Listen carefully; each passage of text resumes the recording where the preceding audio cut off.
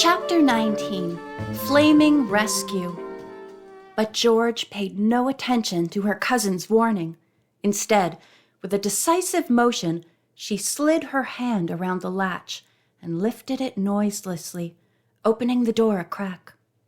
George peered through, then pulled back with a gulp. "Oh my goodness! What is it?" Bess whispered. "Racks of clothes. Here, see for yourself." Bess pressed her face against the crack, then said under her breath, "I bet the gang converted this old building into a warehouse or drop for garments before distributing them." "Looks like it," George agreed. "What are we going to do?" Bess asked. "We'll have to go in. Nancy might be tied up somewhere." "But you know the gang's in there. The people who came with the van, and I bet Woody and Frank arrived in that car. Also, Rosalind might be around." "Look, we'll have to take that chance. It's a big place, and if we're careful, they'll never realize we're here." Silently, George crept through the door, not giving Bess another opportunity to object. Together, they ducked behind the nearest rack and listened. Everything was quiet, and after a minute or so, George signaled for her cousin to follow. The young detectives tiptoed between racks that contained mostly imported merchandise, searching anxiously for a sign of Nancy or their enemies. But all they found was clothing. Suddenly, George came to a halt. "Hey!" she called in a whisper and pointed to a gown that was hanging on a hook without plastic covering. "Isn't that the dress Nancy wore tonight?" Bess bobbed her head as she noticed a smudge of makeup on the ivory neckline. She was interrupted by the shuffle of feet some distance away. "Over there," George said, indicating a stack of cartons along the wall. The girls edged forward, careful not to clack their heels on the cement floor. Their blood was pumping hard and fast as they heard Frank's voice. "Hey, Woody, I heard a noise. Someone's in here." Another set of footsteps approached. Then Woody replied, "Did you see anyone?" "No, but I heard something rustle." "All right, you take one side and I'll take the other. We'll check it out." Bess and George had reached the stack of boxes and squatted down, each girl pulling a large carton over herself. "I hope they don't move any of this stuff," George thought fearfully. Bess almost gasped when one of the men walked past the box she was in, but then the footfalls died away again. "Must have been a rat," the girls heard Woody say. "Come on, let's finish the inventory and count the stuff that just came in so we can go home." The two men moved away to another part of the warehouse, and the cousins slowly extricated themselves from their hiding places. "What'll we do now?" Bess asked. "We can't stay here. Those guys might come back any minute." George had spotted a door straight ahead. "Maybe Nancy's in there." She surveyed the narrow path between the wall and a pile of paraphernalia lying near it. There was enough room for her to walk through without touching anything, but Bess wore a crinoline under her taffeta skirt, and any contact would make more noise. "Bess, take your slip off," she advised. "Otherwise, you'll hit a million things with your skirt and they'll hear us." Glancing down the row of boxes, mirrors, and rolls of seamless paper commonly used as backdrops by photography studios like Zanzibar's, the girl knew she had no choice. It was an obstacle course she would have to clear unhindered. As quickly as she could, she unhooked the waist of her slip and let it fall. Then carefully, she tiptoed after her cousin. George reached for the doorknob and turned it slowly. To her relief, the door opened without resistance, and they found themselves in a small, windowless room illuminated by a single light bulb hanging from the ceiling. On the floor were more storage cartons and some empty racks. And beside one of the large boxes lay Nancy Drew, wearing a plain cotton dress. Her hands and feet were bound, and she was gagged. "Nancy!" Bess cried out, falling to her feet and struggling to free the girl. George was looking for a pair of scissors to cut Nancy's bonds when suddenly she heard footsteps again. They sounded like a woman's and were coming closer. She motioned for Bess to be silent, then flattened herself against the wall, waiting for the door to swing open. The footsteps stopped in front, as if the person were reluctant to enter. Then the door opened, and Rosalind stepped in. Instantly, the cousins grabbed her, and George clapped a hand over the stylist's mouth before Rosalind could utter a scream. At the same time, she kicked the door shut. "Let me go!" Rosalind managed to whimper through George's hand. "Not yet," the girl said, while Bess snatched a wad of material from one of the boxes and stuffed it into the woman's mouth.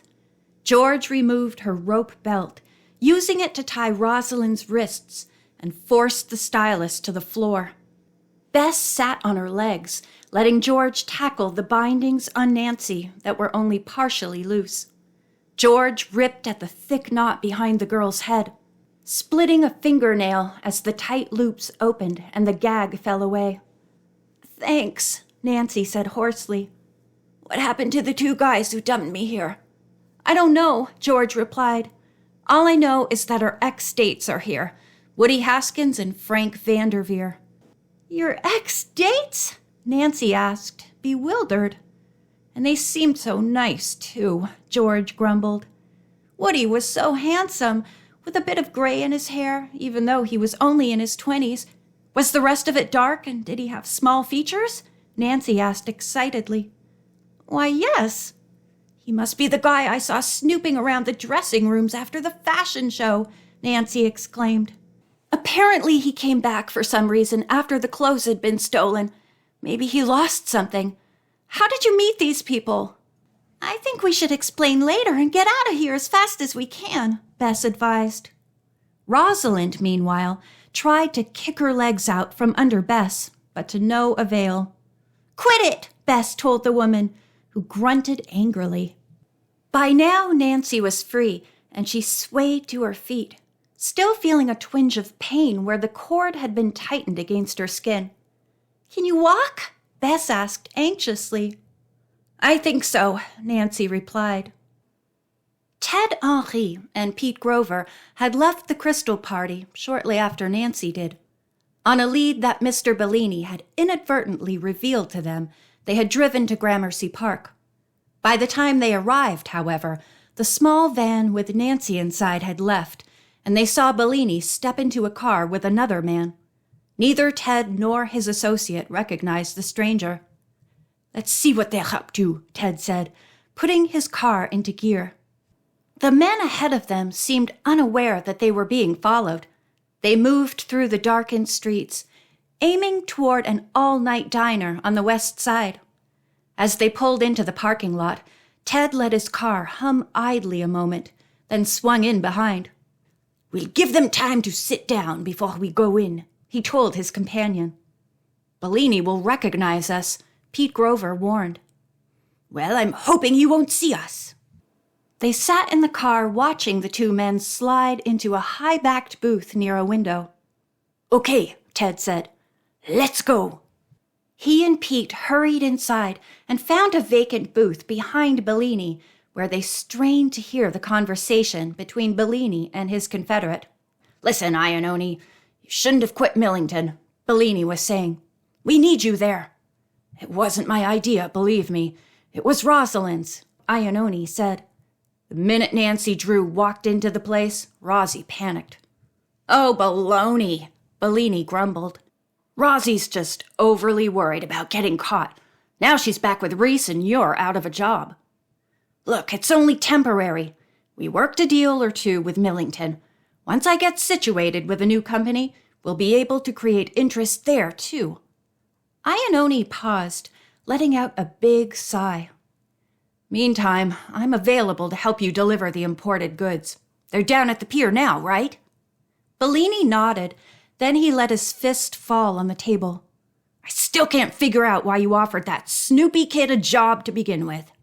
"I was trapped, that's all. I tried to dissuade her from working at Millington, but she gave her reasons.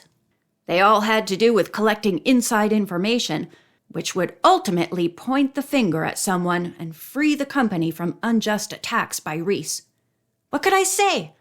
I was supposed to be a loyal, trustworthy employee. Bellini snorted. Anyhow, Iannone went on, I figured with Rosalind's help we could keep Nancy Drew in check. But Rosie made a mistake. She rigged a blackout on the floor and locked Nancy Drew in right after I hired her, hoping to scare her away. That was dumb, Bellini agreed. It was, because it made me look suspicious. I told Rosalind that, and she suggested that we both quit Millington permanently. When everything dies down, I could try to go back, but I don't think it's such a hot idea. It isn't, Bellini agreed. Well, let's finish our coffee and get out of here. It's late. Quickly, Ted and Pete left the diner.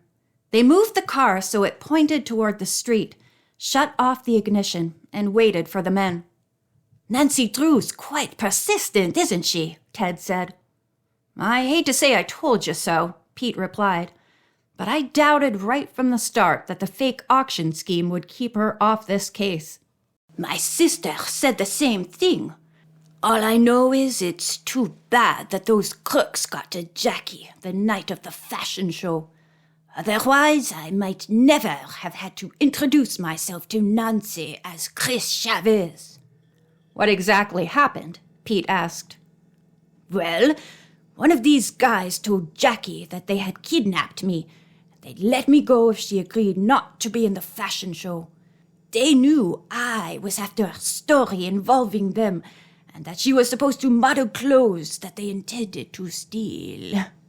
Jackie, of course, is no idiot. She insisted they let her see me before she would make such an agreement. So they told her to go to some building, and the next thing she knew, she was blindfolded and pushed into somebody's basement. Obviously, she got out unharmed, Pete commented. Obviously, but not before I turned up at the fashion show and discovered Nancy Drew in her place. Of course, I didn't know who she was at first. I even thought she might have been planted by the crooks, so I asked her to dance, hoping to ingratiate myself enough to keep tabs on her in the future. Pete laughed. Not an easy thing to do with Nancy. Exactly. When I realized who she was, I knew I had to do more than that. A meddlesome teenager would not help my investigation. And so you sent her off on a wild goose chase. That's right, Ted concluded.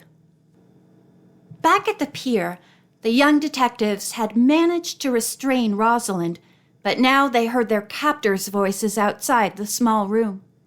Even though the men did not know what had happened, they were cutting off the girl's escape route. I wish Rosie would get over here to help us count this stuff, Frank grumbled. Without some assistance, we'll be here all night. Last time I saw her, she was going to check on Nancy Drew. Why don't you see what's holding her up? Frank approached the door, but suddenly stopped dead in his tracks as police sirens sounded outside. The cops, he yelled. Let's get out of here. Roz, are you in there? He shouted toward the room. When he received no answer, he ran to the door and locked it. Then he darted after his companion. Everything was quiet for a few minutes until Bess spoke up. I don't hear the sirens anymore, and the police haven't come into the building either. Do you think they just happened to drive by? George shrugged. Could be. There's a phone on the wall over there. Why don't we call the precinct? Nancy instantly picked up the receiver, but the line was dead. Fighting a wave of panic, she realized they were locked up in an abandoned warehouse and might not be found for days. How about these? Bess asked, handing Nancy a pair of scissors. She attempted to free the lock with them, but had no luck. Let's try to break the door, she suggested, forcing herself to stay calm. Nancy and the cousins threw their weight against the wood several times, but it wouldn't even crack. Finally, they stopped, rubbing their bruises and taking deep breaths. What are we going to do? Bess moaned. I suppose we'll have to wait for someone to find us, Nancy said. She stopped suddenly, sniffing the air. Smoke was seeping in under the door. The building's on fire, Nancy cried out. End of chapter 19.